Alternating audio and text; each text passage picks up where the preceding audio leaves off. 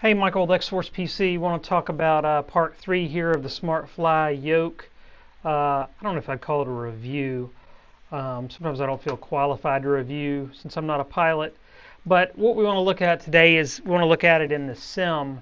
And the first thing I'm going to look at is how well it returns to the 0 point. So that was one thing that Russ Barlow had trouble with, and they actually redesigned some of the bearings in the elevator axis and went to, I guess you'd say, sort of like a ball bearing type setup would be the closest thing you could compare it to. So in the sim, you can output your data for your elevator and your aileron directly to the cockpit display, and I'm magnifying that using the magnifier. So when the elevator and the aileron are both at 0, that means they're exactly centered according to the simulator, and of course that's dependent on you calibrating it properly, which we have done.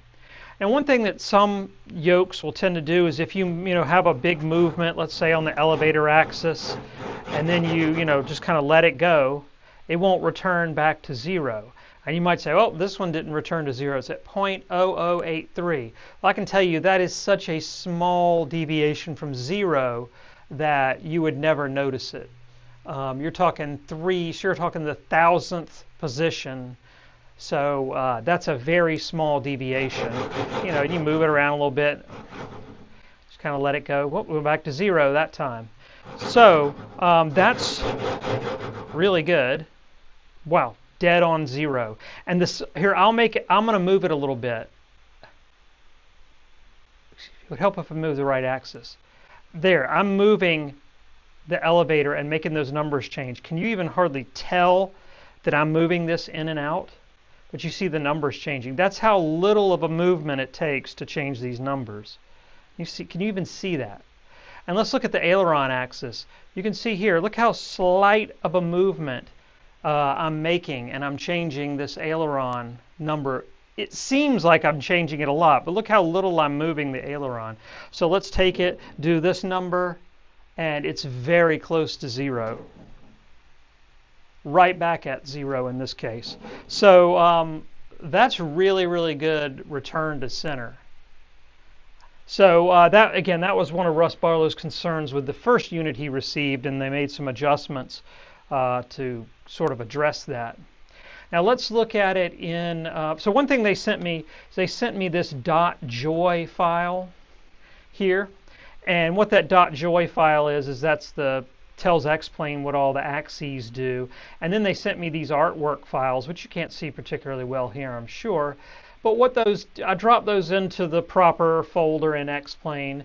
And what that does is when you look at the joystick, or in this case the yoke, in X-Plane, you can see a representation of it. And you have these different angles of it as well. And the numbers are corresponding here. See this number 1 corresponding here. And one thing I can tell you, I think I had to maybe assign a couple of things. It's been a couple of weeks, so I don't remember. But it's set up just like any other stick or yoke. You move your axis back and forth. You see this bar moving right here? Well, that's your roll axis. So you just hit the little drop down and you choose roll. And the same thing with pitch. You move that in and out. And you see that axis moving. So everything sets up just fine. The hat switch works great. The push to talk.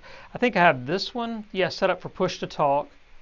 Of course, you've got your hat switch here. And what this allows you to do is the way it's set up by default is it just looks around inside the cockpit. And this is, of course, X-Plane. And then you've got your pitch trim up and down here. So look down here. You can see the elevator trim moving, or the trim wheel. You can see that moving. And then we have aileron trim over here. I don't think a 172 has aileron trim. So in this case, it wouldn't do anything. Now, I could be wrong about that, but I don't think 172s have aileron trim. So everything works as you would expect. You can see the yoke moving, of course. So everything again, works perfectly fine. Everything is signed easily, and I've been comparing this all along to the Yoko. Everything sets up the same way as a Yoko, almost identical. So there's really no difference there. Um, the if you want to know how this is on feel, how realistic, how smooth, so on and so forth, I'm just going to give you more of a gamer perspective. I can tell you it's very linear, it's very smooth, it's very firm. I will say the elevator axis is really firm. You can see it's spinning my chair, and I'm still not deflecting the thing the whole way. So as we discussed earlier, you can take some bungees out if you so desire, but I can tell you this elevator axis is really firm if you go through a full deflection. Now, of course, most of the time you're flying, if you're doing a full deflection, there's something bad happening. In most cases, you're moving it just a little bit here or there, kind of like more like this. Very small movements. But it's possible you want to dial down the stiffness a bit. You may find that, like me, the elevator axis is on the firm side. And as far as how a real pilot views this, I would strongly recommend you check out, and I've said this before, Russ Barlow's video that he did, and I'll try to remember to link to it in the description of this video. But he's going to be the best person to talk about how it behaves in the simulator because he was a pilot, I think, his whole career. And so he's got a whole lot to say about that. So that pretty much wraps it up. I think this is a great alternative to the Yoko. It's 1/3, I think 1/3 to 1/4 of the price. I think about 1/3. It gives you very close to the same experience as a Yoko for 1/3 the price. There are some unknowns. There are some, I guess, possible risks you're taking because it's a new product to some degree, especially when you compare it to Yoko. But you could also consider that if you had to replace this thing after 5 years, you're still about 2/3 the price of a Yoko. You'd have to replace it twice before you're at parity with the price of a Yoko. So not to say anything disparaging about the Yoko because we like those as well.